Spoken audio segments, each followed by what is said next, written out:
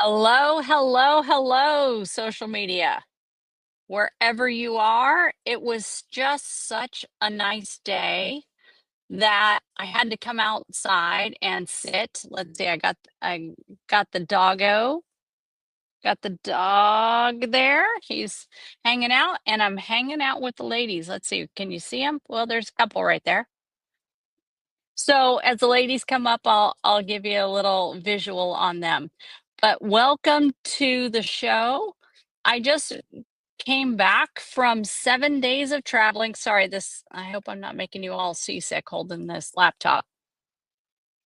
7 days of travel. I attended the Aphasia Access Conference, which probably doesn't the name probably doesn't mean anything to you, but it's the who's who of aphasia research and clinicians that are in the field.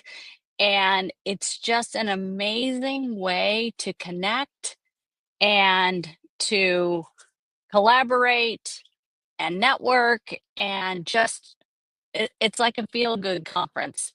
I've never experienced anything like it until I went 2 years ago. It only happens every other year. So 2 years ago was my first one. And it was just amazing. It was so nice to be with people that are doing what you're trying to do to support the aphasia community. So that's going to be a whole different episode. But what we're talking about tonight, and we're faking it till we're making it right here. We are talking about my homework. I had homework from my business coach, and you're going to think it's funny, but he assigned me the movie A Peaceful Warrior. I'd never heard of it. It was from 2006. And the reason I want to talk about it is because I think so many parts of the movie are applicable to stroke recovery, to the caregiver journey, to the stroke recovery journey. So I want to go through that tonight. And if you are interested in watching A Peaceful Warrior, you can see it for free on YouTube. Just go to youtube.com and search for Peaceful Warrior 2006. There is one that has other subtitles on it. Just do your search, you'll find it. So, what's so important about this movie is it's not about stroke, it's not about aphasia, and it's not about caregiving, but somehow it's about all of it. And that's what struck me really. It was really interesting. I'm away, I'm in my hotel room at the conference, I'm watching this movie in between, times of activities that we're doing. And it's just that this movie was so filled with life lessons, mindset shifts that apply to families, to recovery, to healing, for me, to building a business and to being human. And today I wanted to share one scene, one line that absolutely shook me. But first, I want to give you a little context. So I've been in private practice a little over 4 years now, but I've been in the industry in speech pathology for, I hate to say, just over 30 years. And what I do is so much more than just speech therapy. It's about meeting people exactly where they are, helping families navigate a new reality, and survivors trying to find themselves again because your life got shook. Your everything you knew is upside down and backwards. And then on top of that, it's the care partners, your loved ones, the loved ones of the stroke survivor that are having to do so much of this alone. And my work lives in the space between skill building and soul building. Isn't that interesting? And that space, it's exhilarating. It is where I know that I need to be to help you. It is everything that I've done in my career and my life that has brought me to this point. And because everyone brings their own experience, their beliefs, the good and the bad, their trauma, their expectations, their fears. And yet, what I loved about the movie, A Peaceful Warrior, is that it stripped all of that away. It reduced everything to the lowest common denominator, the truth underneath the noise. And that's what we're going to talk about today. Let's see, who's that? Who's that walking behind me right there? That's Firecracker. Firecracker beats to her own drum. That's why she has the name Firecracker. Also, just for full transparency, it's been a heck of a 7 days of traveling. And I was actually going to record a different video tonight. I had a different topic totally in mind, but this movie struck me so much that I needed to share it with you. So, these last 7 days for me, it's been a whirlwind of collaboration, flexibility, challenge, weather. You name it, something has cropped up. So my resilience meter is, I'm good. I'm all filled up. But it reminded me, these 7 days of traveling, it reminded me how essential it is to stay grounded, especially when everything around you is in motion. So today we're going to settle in. We're going to clear a little bit of the clutter. We're going to enjoy the fresh oak leaves that are above me, the dog sitting next to me. I'll show him to you later. The chickens that are out getting the bugs in the yard. And we're going to step into the mindset of a peaceful warrior. So here we go.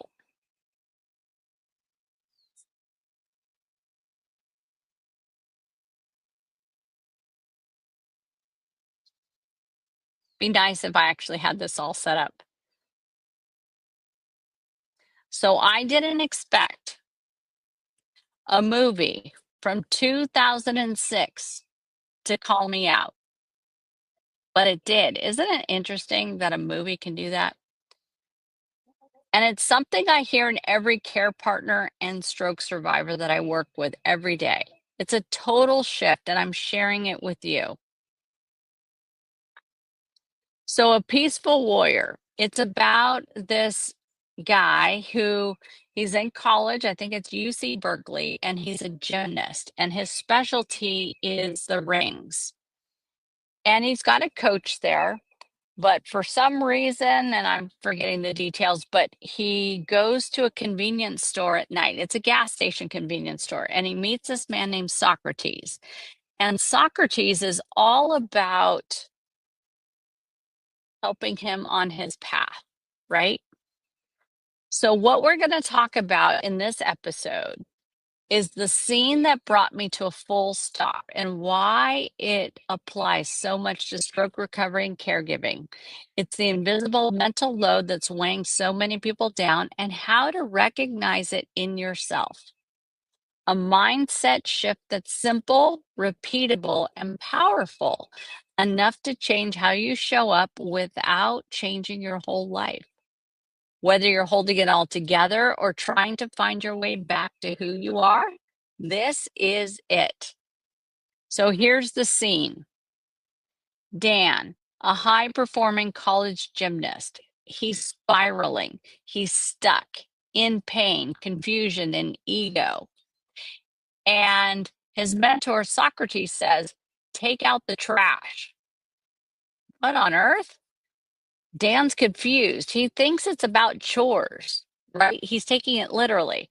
But Socrates explains that the trash is the fear, it's the judgment, it's the constant noise in your mind about what was or what might be. And as I'm watching this, I'm really worn out from travel. I'm in a hotel room. There's people on either side of my room. The walls are paper thin. I can hear everything. I'm sure they hear me too, right? That's not the most relaxing of situations. But as I'm watching this movie, exhausted from travel, I'm trying to prep for the show. I'm doing the work while I'm gone. I paused the movie because that line, it hit me like a truck. Suddenly, I thought about every client I've worked with who's buried in mental clutter. Mental clutter. Think on what does that mean? Care partners cycling through guilt, fatigue, silent overwhelm. The person with aphasia who feels shame, embarrassment because of where they are now, that they don't know who they are. That is the mental clutter, and it's that mental clutter that just keeps wearing you down. You may not even be conscious of it, but I know for myself, hey, shrimp, that that mental clutter does wear you down. It's subconscious and it's really hard to cope with.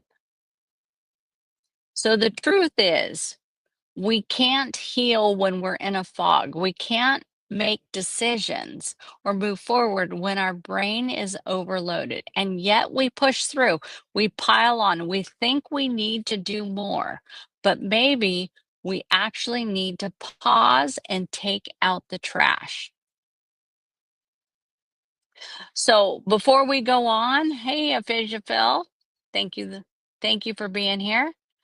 So let's talk about some of these comments that have come in. Take out the trash, mental clutter, fatigue, overwhelm, shame, and embarrassment that wears us down. Absolutely. Came up today in one of my client sessions. All right, let's keep going. So you don't need more information. What you need is more space. You don't need to work harder. You need to release what isn't yours to carry. You don't need to become someone new. You need to come back to yourself. This isn't about abandoning your role, it's about redefining it. So it includes you. You can reset, you can recover, you can breathe, and you don't have to do it alone. So, why did this movie impact me as much as it did? Because it brought to light about my mental clutter, right? The things that keep me up at night, the things that worry me, the things that preoccupy my brain and take away my energy from what I'm trying to do.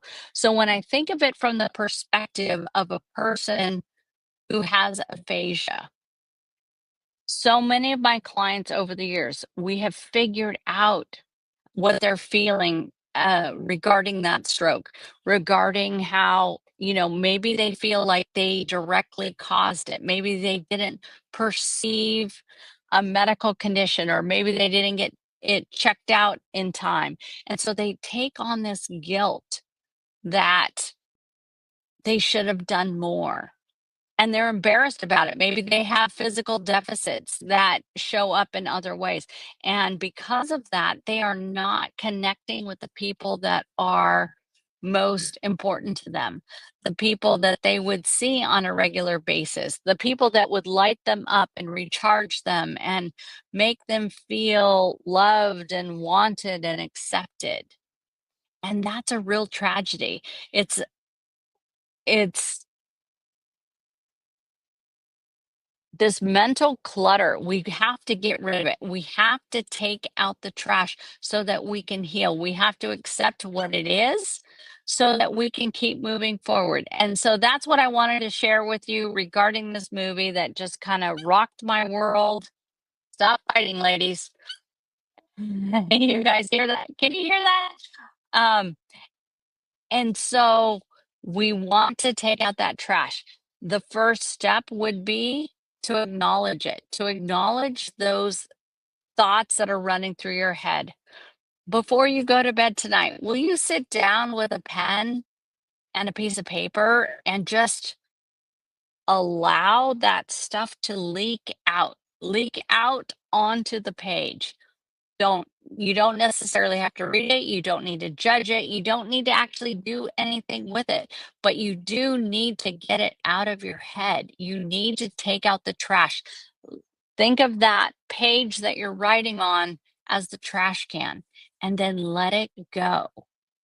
You can come back tomorrow and think about what you're gonna do, what's your next step forward, but the idea first is to get rid of the trash.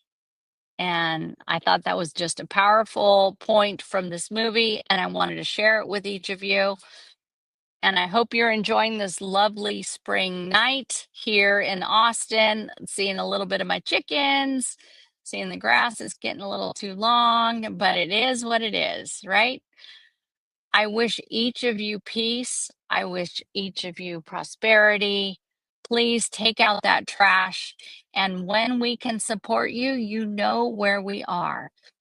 In the show notes, you will find links to several different guides. They're all there. I'm not even going to tell you about them. Check out the show notes, look at it now, and get in our sphere. We are here to help you, lots of different ways to support you. And I wish each of you an amazing evening.